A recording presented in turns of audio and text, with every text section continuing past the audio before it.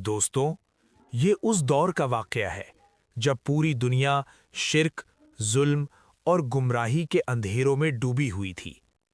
انسان نے اللہ کو بھول کر بتوں کو اپنا سہارا بنا لیا تھا۔ نہ انصاف باقی رہا تھا، نہ ہدایت کی روشنی۔ لوگ اپنی خواہشوں کو حق اور باطل کا معیار سمجھنے لگے تھے، اور سچ کہنے والوں کا مذاق عام بات بن چکا تھا۔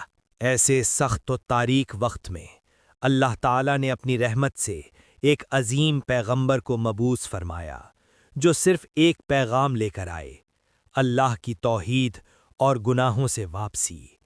وہ عظیم نبی تھے، حضرت نوح علیہ السلام۔ حضرت نوح علیہ السلام نے اپنی قوم کو کھلے الفاظ میں پکارا: اے میری قوم، اللہ کی عبادت کرو، اس کے سوا تمہارا کوئی معبود نہیں۔ وہ لوگوں کو یاد دلاتے رہے کہ شرک انسان کو تباہی کی طرف لے جاتا ہے، اور صرف اللہ ہی نجات دینے والا ہے۔ حضرت نوح علیہ السلام دن ہو یا رات، چپکے چپکے بھی اور اعلانیہ بھی لوگوں کو ہدایت کی طرف بلاتے رہے، لیکن اکثر لوگ نہ سننا چاہتے تھے نہ سمجھنا۔ مگر نبی کا فرض تھا پیغام پہنچانا، اور نوح علیہ السلام نے یہ فرض پوری امانت کے ساتھ ادا کیا۔ حضرت نوح علیہ السلام نے 950 سال تک بے مثال صبر اور استقامت کے ساتھ اپنی قوم کو اللہ کی طرف بلایا۔ قرآن مجید میں اللہ فرماتا ہے: وہ اپنی قوم میں 1000 سال میں سے 50 کم رہے۔ سورہ العنکبوت، آیت 14۔ اتنی لمبی مدت تک حضرت نوح علیہ السلام نے لوگوں کو سمجھایا، نصیحت کی اور ہدایت کا پیغام دیا، مگر قوم کا حال یہ تھا کہ جتنا نبی حق بیان کرتے، اتنا ہی لوگ ضد اور انکار میں اور زیادہ آگے بڑھتے چلے گئے۔ یہ صبر اور دعوت حضرت نوح علیہ السلام کی عظیم مثال ہے۔ لوگ کہتے تھے، یہ تو بس ہم جیسا ایک انسان ہے، کیا ہم اس کی بات مان لیں؟ وہ حضرت نوح علیہ السلام کا مذاق اڑایا، کانوں میں انگلیاں ڈال کر سننا بند کرتے اور کپڑوں سے چہرے چھپا لیتے تاکہ ان کی بات کا اثر نہ ہو۔ مگر حضرت نوح علیہ السلام نے اپنی دعوت چھوڑنا کبھی قبول نہ کیا۔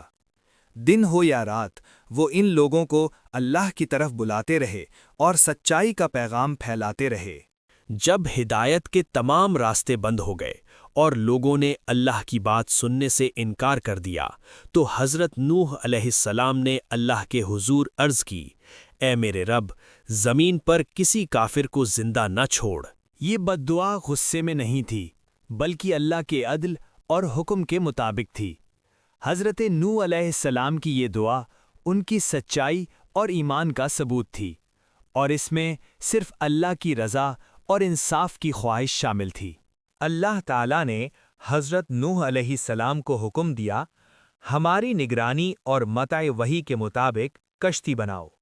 سورہ ہود۔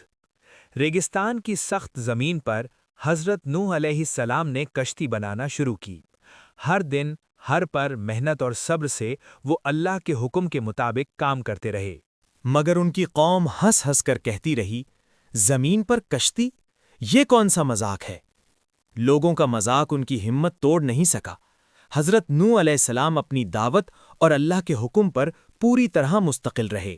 پھر وہ گھڑی آ گئی جب اللہ کا وعدہ پورا ہوا۔ زمین سے پانی ابلنے لگا اور آسمان سے مسلسل بارش ہوئی۔ ہر طرف صرف پانی ہی پانی تھا، اور زمین و آسمان کا فرق مٹ گیا۔ حضرت نوح علیہ السلام نے اپنی قوم سے کہا، ہر قسم کے جوڑے کشتی میں سوار ہو جاؤ تاکہ اللہ کے عذاب سے بچے رہیں۔ یہ گھڑی انسانیت کے لیے ایک سبق تھی۔ جو اللہ کے حکم سے منہ موڑتا ہے، اس کا انجام تباہی ہے، اور جو ایمان سے چلتا ہے وہی بچا رہتا ہے۔ حضرت نوح علیہ السلام نے اپنے پیارے بیٹے کو پکارا، بیٹا، ہمارے ساتھ سوار ہو جاؤ، کافروں کے ساتھ مت رہو۔ مگر بیٹا نے انکار کیا، میں پہاڑ پر چڑھ جاؤں گا، وہاں سے بچ جاؤں گا۔ نوح علیہ السلام نے اس سے کہا، آج اللہ کے عذاب سے کوئی بچانے والا نہیں، اور پھر بیٹا بھی غرق ہو گیا۔ یہ واقعہ ہمیں یاد دلاتا ہے کہ رشتوں اور نسب کا کوئی اثر نہیں، صرف ایمان اور اللہ کی ہدایت پر عمل ہی نجات دلاتا ہے۔ قرآن مجید فرماتا ہے، ہم نے نوح کو اور کشتی والوں کو بچا لیا اور باقی سب کو ڈبا دیا۔ سورہ الشعراء۔ یہ واقعہ ہمیں یہ سبق دیتا ہے کہ نسب، رشتے اور نام کام نہیں آتے۔ صرف ایمان اور اللہ کی ہدایت پر عمل کرنے والے ہی بچتے ہیں۔